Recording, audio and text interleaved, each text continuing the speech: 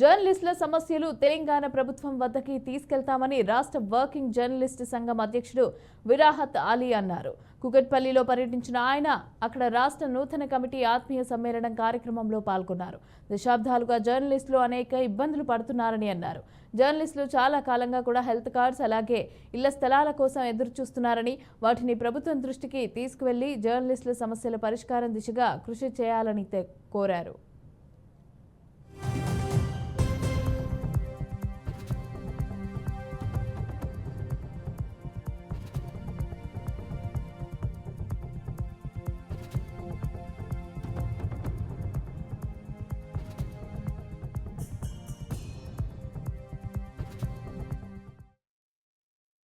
మనం రాష్ట్రంలో మేడ్చల్ జిల్లా శాఖ అన్ని విధాలుగా ముందంజలో తెలియడానికి సంతోషపడుతున్నాం. ఎందుకంటే ప్రధానంగా మన హెల్త్ కార్డుల విషయంలో మనం ఎప్పటికప్పుడు అప్రమత్తం అవుతున్నాం.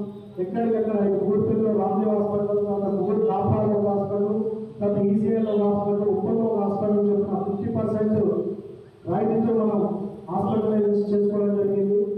అదేవిధంగా విద్యాపరంగా 50% దీనిలో చాలా స్పష్టంగా చేస్తారు.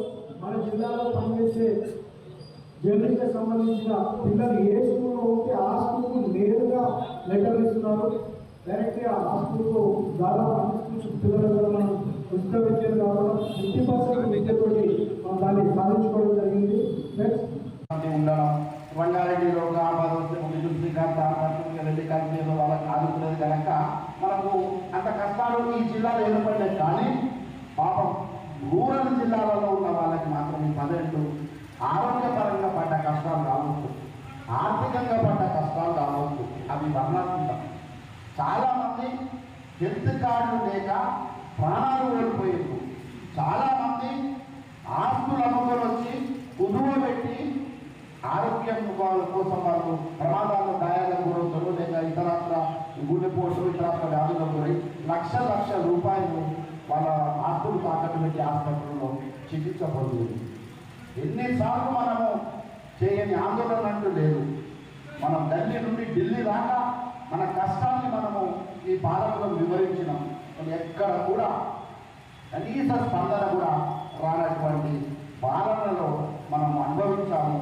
ఆ పాలనలో కన్నీళ్ళ దిగమించుకుంటూ జర్నలిస్టులు ఎంతో ఇబ్బంది పడ్డ విషయాన్ని